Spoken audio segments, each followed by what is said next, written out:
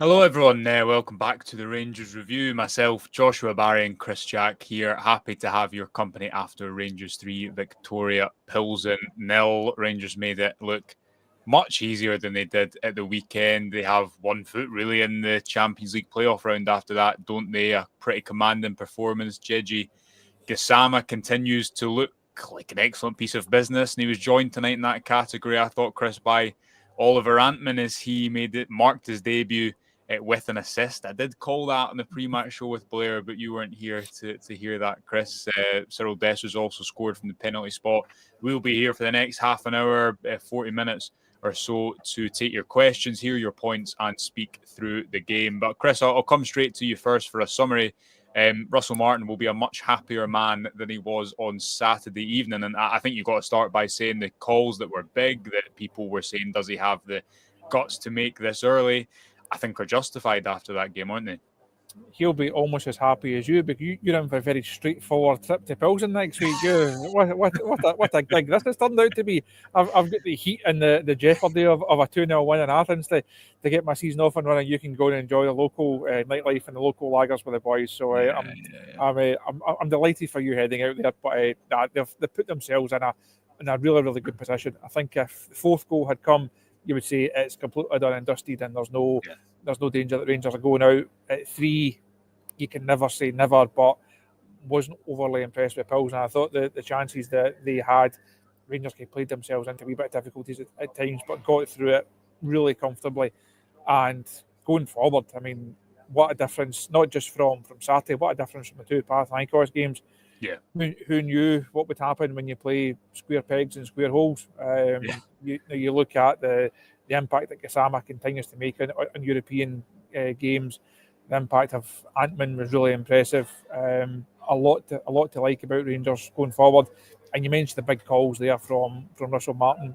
We spoke about it this morning off air. We've spoke about it on my drive in off air. We've had various group chats and messages throughout the course of the day talking about how the side would line up. You have to say, for all the criticism that the manager has had of late over his team selections and some of his sums of how the team have played, he got it right tonight. The big calls were spot on. The big calls had to be made. The big calls made a difference, and he can certainly go home tonight feeling a whole lot more pleased with how not just the result, but a lot of aspects of the performance as well. Yeah, I thought Pilsen were poor, Chris, and obviously that comes into it as well. You can only beat what's in front of you. It's still a third round of a Champions League qualifier. But the key difference for me tonight is I think you'll have a lot of people who will come away from that game thinking, I can see what he's trying to do. I can see what he's trying to build. I can see the point and why you're taking these risks at the back to open up spaces for someone like Antman to run into and Gassama to attack. Whereas previously at the weekend, if that's not clicking, if the running that's there for the second goal tonight isn't there, it all just looks, it's like a house of cards. It takes one to fall down, and suddenly if one player doesn't press as a big gaping hole, if one player makes a selfish decision in the final third, it all breaks down. So yeah, loads to get into off the back of that, and loads of comments as well. Get through a few early ones. Neil's happy. Remember, if you are a YouTube member, you'll get priority comments on all our live show as well as extra content. Neil says, fantastic performance. Front three were fantastic. Brilliant debut from Antman and start from Cameron. Happy days for Neil. Darren, very happy, says a lot better in many ways. Can see the system Martin wants to play at last. Matthew saying, can you believe it? Having two actual wingers in the park made us better. Who would have thought? Raymond, happy as well, said, evening, guys. Much better performance tonight. Giga, Cameron, and the two wide boys, excellent. Great team performance overall, and hopefully enough to get to the playoff. Matthew agreeing with that, saying Giga was a brick wall. Yeah, loads to get through, Chris, but I want to start with a player that Graham raises here, Lyle Cameron. Rangers got into a lead after about 15 minutes through Gigi Gassama. Chris, I've got a little bit of live... me and Adam have started to call it Tactics Corner, right? But a little bit of live tactical content, so I hope you're not going to kick me out the stream. I tweeted this out, but I think that this is the build-up to the first Rangers goal, and I thought Lyle Cameron, he faded a little bit towards the end, but I thought he had a really good first 45 minutes. And for me, he epitomised what Russell Martin was speaking about, and I think Oliver Antman did too in a different way, which we'll come on to in the second goal.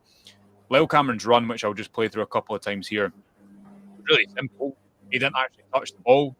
He didn't. He didn't directly impact play. But I thought a few things that stood out about this move was the left side had a much better balance. Jeff did a couple of raw moments, but I thought overall he was good. He can play this at a left-footed pass here, which makes a difference because if it's Max Aarons, it probably goes back inside in this move. But look at where Lyle Cameron starts. He starts here and he makes this run wide, which is really simple, but it takes the man away, gives Sam a little bit of separation, eventually creates a room for him to score in. For me, Chris, that's the kind of epitome of like the selfless run that Russell Martin was speaking about that we didn't see at the weekend. I just wonder what you made of his kind of performance overall and that left side, which looked, I think, as well balanced as it has so far. I think overall, like you mentioned, balance there. The team overall looked more balanced. Again, having left footers on the left side and right footers on the right side made a big difference. Having proper wide players made a big difference. But I mentioned in my analysis piece on the site that Lyle Cameron can be really pleased with his night's work. He also spoke at the pre-match presser yesterday and spoke about life as a Rangers player and the demands and the expectation, everything that he's found. I'm sure he would still have had not a doubt in his mind about whether he was capable, but he didn't know what he was stepping into. He's never played at this level before, and to come in, be given his debut with all the talk about Raskin and Raskin being one of the fan favourites and all the discussion that's followed after the weekend, for him to come in and just look so comfortable, look so accomplished, not look out of place at all, as he admitted himself the other day. He's not the big name signing. He's not one of the guys that Rangers have spent several £1 million on. He's not one that people were thinking he's going to be a game changer. He just looks like a really solid player that can be a really solid addition to a squad. And you need guys like that. You need every title winning squad. You need someone like Lyle Cameron that you just know you can rely on, that he's not going to mump and moan. He's just going to come in, do his work, but he's going to do it in the right way. And that's what the manager mentioned after the game at the weekend, when he kind of highlighted Cameron and what he brought to the team. It wasn't just a case he gave a wee bit of energy because he was excited and he wanted to run about as much. He's running about, but he's doing it in the right areas. He's doing it for the right reasons. And that clip that you showed there, that's him doing it in the right areas and doing it for the right reasons. And it has probably go unnoticed because Dessers gets a lot of credit for the way it takes in and the way he lays it off. Gassama obviously gets great credit for the run, drinking through and the finish. But as you highlight in that clip, it doesn't happen if Cameron doesn't make that selfless run, and that kind of sums up the points that Russell Martin has been making these last two press conferences that he's held. Yeah, and it's a system, isn't it? So I think it's that, and it's not that players aren't going to have moments of individualism as Gassama does here, but if Cameron waits here and he's like, I want the ball, I want the moment, I want the shot, it doesn't work. And I think what you saw tonight with both Antman and Cameron in particular was they got the rewards, but they made selfless runs for others at points, and they followed the script, so to speak. We're going to get into the second the second topic of this video, Oliver Antman, as well, Chris, because I thought moving away from the left-hand side, he made a big difference, didn't he? Someone who can run in behind. When was the last time you saw Rangers playing with two actual out-and-out wingers? It's been a long while. Credit to Martin Ramsey for the best tweet of the night, saying fair play to Oliver Antman, who can play like that, even though something like his all his clothes are still on a hold on. He's not unpacked, he's not done his IKEA furniture, but he put in a brilliant performance tonight, didn't he? That's a positive. He had space to run into, don't get me wrong, but a really positive debut from the Finnish international. Definitely. It's been a somewhat whirlwind, like a 3-4 days for him. Over the weekend that the deal was in place, and from the Saturday morning, it's moved quite quickly. He also travelled, has his medical, goes through all the club media stuff. It's then announced on Monday. He trains Monday evening, wakes up on Tuesday morning knowing that he's making his Rangers debut at Ibrox, and comes in and puts in a performance like that. That's a real bonus for Rangers. I think we said when we did the show live on Saturday night, I know people were really upset and are really angry about the performance and also about the result. But I think we have tried to make the point that this squad will continue to evolve. Don't judge Rangers on Kieran Dowell playing wide right. That's not MD's dream scenario. That's not what Russell Martin wanted. That's not his style. He was doing it out of necessity because he just did not have Oliver Antman at half five on Saturday, he didn't have Antman in a squad. The first time he's got a wide player to play on that right hand side, he plays him, and you can see the difference that it makes. And that's with, I say, one training session under his belt. So really, really impressive. I thought he was unlucky with the shot he had in the first half, cut back with 12 yards or so out. Defender makes a good block. He could have had a goal. He then gets his assist. You have to say, I know we'll probably come on and touch on the full backs, but I thought he combined really well with Max Aarons. It's a lovely ball from Aarons down that right hand side, and just a guy that can get in those areas and not put a ball into the area just hoping that somebody's going to get on the end of it. To have the awareness, pick your head up, pick out your man, and obviously Gassama then gets the third goal, which is just a huge bonus for Rangers on the night. So definitely a lot to like about the way that Antman performed, and hopefully plenty more to come. Yeah, I thought the way he won the ball back for the second goal was, again, it's a dangerous moment, and not only have you got someone who can probably, in tonight's context, obviously it's only one game, he turns defence into attack very, very quickly. But it's the hard work, and that's the kind of selfless running, which I thought he did all night, rather than moping, my teammates lost the ball and we're in a dangerous position. He pops up in the middle of the pitch. His drive and run is brilliant. Again, connects really well with Gassama to win the penalty. Cyril Dessers rather scores that, and he had a good night too. And that's before you had Mikey Moore into the mix. This system, I think, needs players that can be aggressive, that can run at their men and can try and stretch the game, and that's what Antman did for the third goal, which we're going to come on to as well. But Gigi Gassama, Chris, kind of feels like he's been here a while. If he keeps us up, he is not going to be here very long, is he? That's 4 European goals in what must be about 90 European minutes, maybe a little bit more than that. He kind of is making it look quite easy. His overall performance, what do you make of that? He dipped maybe a little bit in the second half, but then had some nice moments over on that far side too, and 2 more goals from him as well. A goal-scoring winger. Yeah, I know. Never catch on. Never thought we would see the light of day again. It's something that Rangers have been needing for a long, long time. Even back to successful Rangers sides like Sir Ryan Kent playing off that side, didn't contribute in terms of his numbers often enough. His goals and assists come the end of even seasons where there were a number of good performances. Mm-hmm. You always compare, obviously, to the other side of the city, and you look back at those seasons where Kent was playing really well in successful Rangers sides that were challenging, obviously winning the league. Celtic always had guys who were just contributing more, like James Forrest, Jota first time around, Scott Sinclair to go even further back. Rangers have really lacked that for a long, long time. Players who can play on those wide areas but be a real threat. And Gassama, what a threat he is. To get 3 goals in 3 games is quite something. To then pop up and get a second one tonight, and they're all different types of goals. It's not as if they're all just like poachers finishes. So he scores a good header, and as he drifts in off that left hand side, right place, scores a header. The first one, as I mentioned earlier on, is a really neat interchange with Dessers. Times he's run really well, directs he's run really well, and also we know the ones last week, that the one in Athens, really smart on the break, and also the one here last week was just an excellent finish from distance. So nice to see him been able to contribute in different ways. He's not just a guy who gets the ball and his head down and just running a straight line. Clearly really, really smart. And I think everything you also had in a piece with Chris Powell on the site about a fortnight or so ago after Gassama signed, everything that Powell said in that piece, we've seen that not just in flashes, but in periods of games. And a guy who clearly has a lot of talent, but I think the exciting thing for Rangers clearly has an awful lot of potential as well. Yeah, Russell Martin just been speaking on the BBC. We will of course bring you his press conference as soon as we can. He says he'd been talking about wanting winger-to-winger goals, especially pleased with the third goal.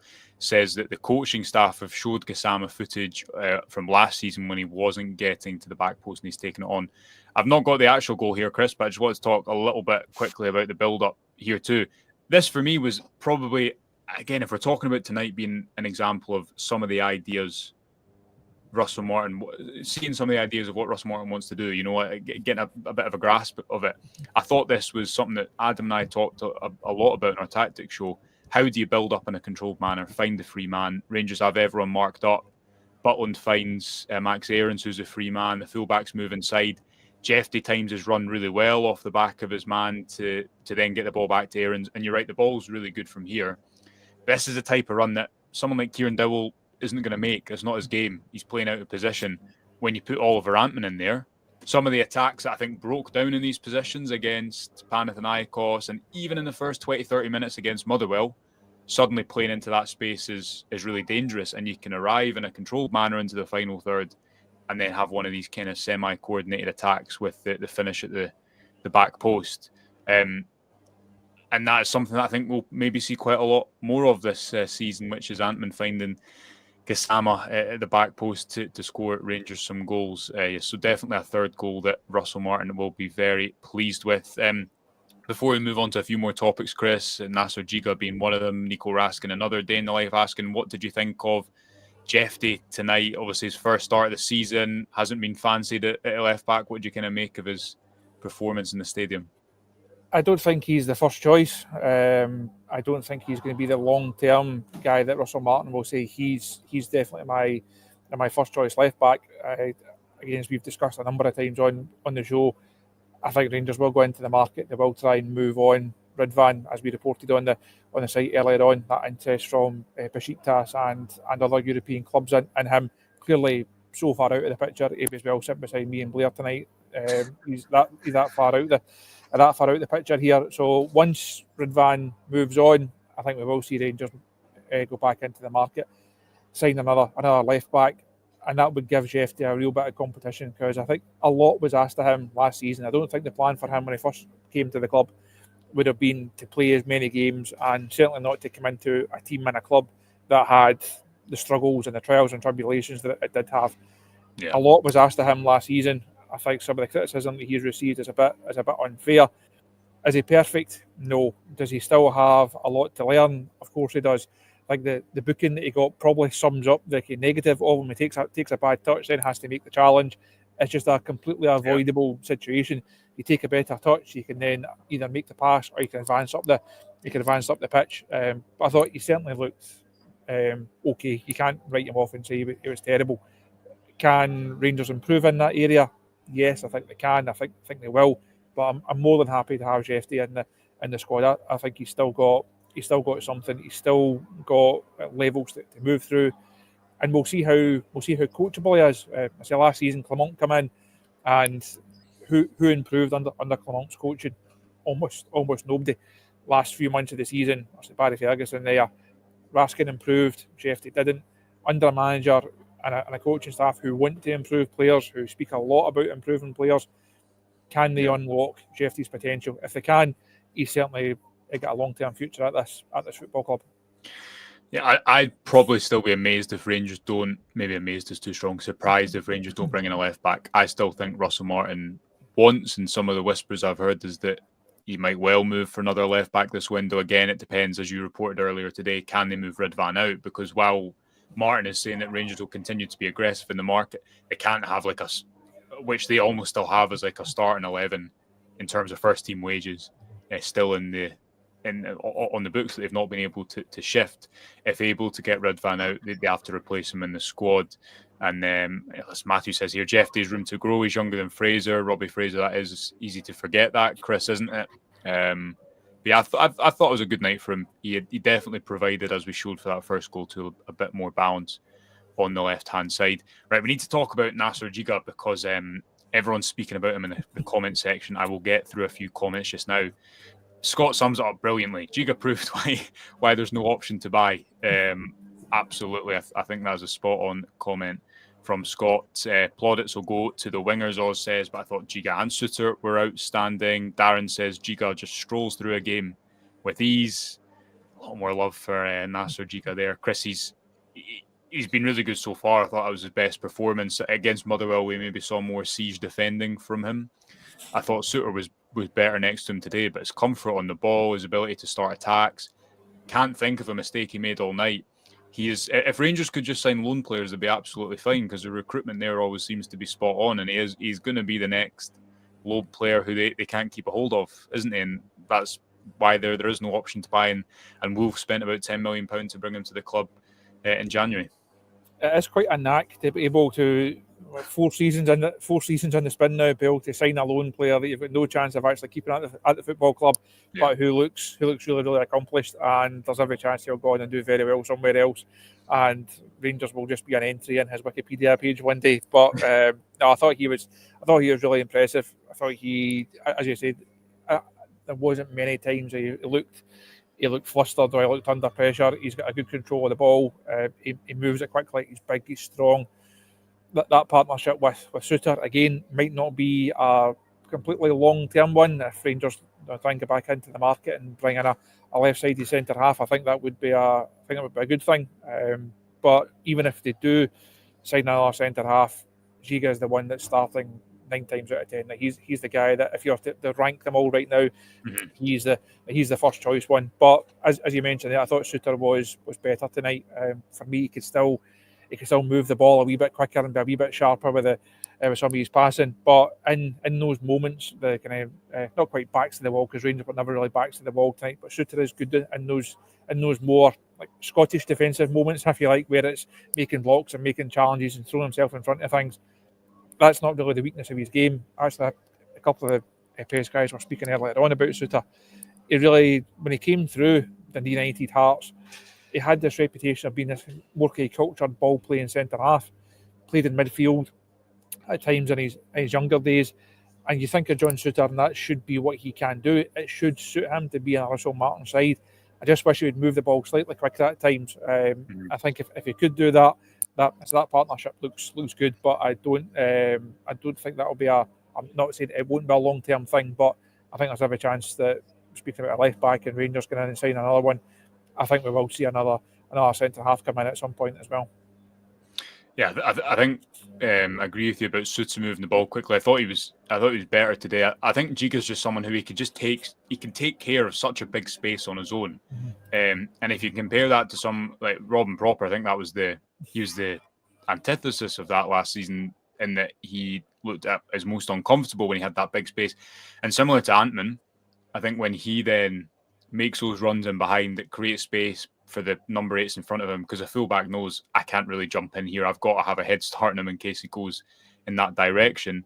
Giga gives you the ability to play in that high aggressive line that I think Connor Cody probably wouldn't have, and that's a whole other story for another day, Chris. But that is a necessity again of this system, that you're able to play in a high line, and Giga definitely gave Rangers that tonight. He was my man in the match, more so for what he did on the ball. Just gave them so much comfort with the ball at his feet, starting attacks, going in next to Rothwell too. A few more comments from members. Andrew says we looked balanced tonight. What a difference playing 2 wingers. And comment here saying Jack Butland had 1 save near the end. Huge improvement in the few days. Yeah, it was a much quieter night for Jack Butland than it was in the previous round against Panathinaikos.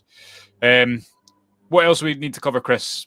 Nico Raskin. Should we get on to him? He came on in that number 6 position. Weirdest booking of all time, it looked like, on the TV in the first half. Any idea as to what that was about? I'm not really sure. It was just in front of me on the gantry here, and not really sure what he's supposed to have done and what heinous crime he committed. It's quite something for a sub to get booked. You like to think a sub getting booked, there need to be quite the crime for that to happen. But I don't really. Not really sure. Nico looked a bit bemused and tried to kind of make a case, and then also realised that if he says too much, he may end up in a bizarre situation, himself sent off before he's even kicked a ball. So I think he was right just to leave it. He got a good reception from the fans. We came out to warm up. Union Bears chanted his name, and they gave them a wave and a beat of the chest. His position not in that midfield. As much as not playing Tavernier was a bit of a vote winner and was always likely to get a real sound backing from the Rangers fans, it's a big call to drop someone like Raskin, who is really popular. It's only a few months that fans were saying, give him the armband and build the team round about him. That's not quite the case right now. Obviously, Joe Rothwell came in again, playing in in that number 6 role. He's the manager's boy. He's worked with him before. The manager's spoken about what he brings and his tactical understanding. So I'm not sure that Nico is going to be one of the first names on the team sheet this season. Is he still a good player? Of course he is. Do I still like him? Yes. Does he still have a lot to offer? Of course he does. It's where he's going to offer that, and can he do it often enough? I think you saw tonight, Cameron, when Asgard comes in, you expect Asgard to be an upgrade on Cameron. That probably nails down that slot on the left hand side. If Rodwell is going to be a slightly deeper one, that one's nailed down. That then just leaves the Diomande position. I think the manager would prefer Diomande because he's more comfortable on the ball. He's technically better than Raskin. So I don't see Raskin being an automatic starter. Still a good guy to have in a squad, but does being a good guy in a squad suit Nico Raskin in a World Cup year? Does it suit Rangers to have an asset like that who's very valuable, who they could get a high transfer fee for? Can they afford, a number of reasons, not to have him playing almost every week? So his situation right now is really interesting. But I'm pleased that he got the reception and came on. Obviously got through the minutes fine. But time will tell what the longer term future holds for Nico Raskin. He's too good to be a bit part player, isn't he? Like he is. That's the reality of it. And from his point of view, he's got a World Cup squad to get into. Stephen says hit the like button, and that is a good little plug before we segue or continue this conversation to say please do, if you're watching, it really helps us, subscribe as well so we can bring you more of these videos right throughout the season. Listen, Raymond saying he looked more comfortable in the number 6. I'd agree with that point from Raymond. I think Raskin always says he wants to play in the number 6 spot. Martin saying, I do really like Rothwell, but I feel there's something missing with him, and I believe Raskin is better in the number 6. Scott says Raskin was brilliant when he came on. He played with real intensity. And interesting comment here saying, would love to see Raskin play more advanced last season. Ferguson got the best out of him with those runs into the box. I think that the difference is in that number 8 position, as we've just showed in that clip with Lyle Cameron a minute ago. And if people are watching live, they can jump back about 15 minutes in the stream. It's that type of selfless run that I don't think is that Raskin doesn't make it, or he won't at all, although maybe he hasn't so far. But he's someone who's like maybe used to being at the centre of the team. And the difference with a Ferguson team is you're not having those wide rotations. It's not as kind of structured in the final third to the same degree. And I always go back to that comment that Russell Martin said to us at St George's Park at pre-season, where he said, Chris, something like less is more with Nico. We want him to do more by doing less. And again, when we listen to at that training session, what he kept saying to people was wait on the ball, don't go running like lunatics, wait for it to get to you. And you saw that with someone like Antman tonight or Cameron. They fitted in, they were part of the structure. And yes, it's going to be intriguing to see how Raskin fits into that and what Martin has to say in it post-match. A positive for him, he was able to bring both him and James Tavernier on, I guess, and Raskin in that number 6 spot. He looks far more comfortable than he has this season anyway, and looked after the ball well. That's sometimes a criticism of him, that he's maybe not quite safe enough there. He maybe takes risks when he shouldn't, but he didn't let the levels drop in there when he replaced Rothwell after about an hour or so, did he? No, it's just whether that role, if you like, as a backup to Rothwell, it's whether that's going to suit Raskin. I have the feeling that it probably won't. As you say, he sees himself in that position. He sees himself as a main player in this squad. Sees himself as a potentially main player for his country. So I think when we speak about him, and it's not through criticising him or not through us not liking him as a player or not rating him as a player, it's just assessing where it's actually going to work for him, where he's actually going to fit in on a basis that's going to be good for him and be good for Rangers. Some players like Conor Barron, like Lyle Cameron, they're not going to have that expectation of I need to play every single game. I think Nico probably would have that expectation. Perhaps he can say rightly so, because he's been at this club for longer and he's done more for this club, certainly done more for his country than they are. But it's whether he's going to get that opportunity or not. But I thought he came on, played well, pleased that he got the reception that he did. Time will tell. Come Saturday, against Dundee, if you're a betting man, is it Joe Rothwell or Nico Raskin that's playing number 6? I think it goes on the new man. It doesn't go on the guy who's been here for a while, unfortunately for him. Yeah, and I said a few times last season, I think even at points where he wasn't playing, he was my favourite Rangers player to watch, and it's not a competitive field last season, Chris, but he's someone who is brave, and when you hear Russell Martin talk about the brave and dominant and the style he wants to create, that connotes Raskin to me. Maybe a night like tonight makes him realise, you know what, I need to just toe the line a little bit and I'll get a chance.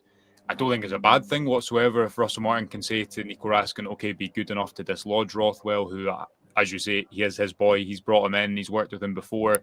He's the experienced one. I don't think it's to say number 8 whatsoever. But it's I think a different number 8 role to the one that he played under Barry Ferguson. Even where you saw under Barry Ferguson, the fullbacks went higher and Raskin would drop in to receive the ball, more akin to a kind of Gerard Beale number 8. This is like kind of attacking midfielder, get in the box, get us, high numbers every season in terms of goals and assists. So it's going to be interesting to see what happens with that. Chris, what else have we missed? What else kind of caught your eye from the game, or is there anything else pressing to discuss?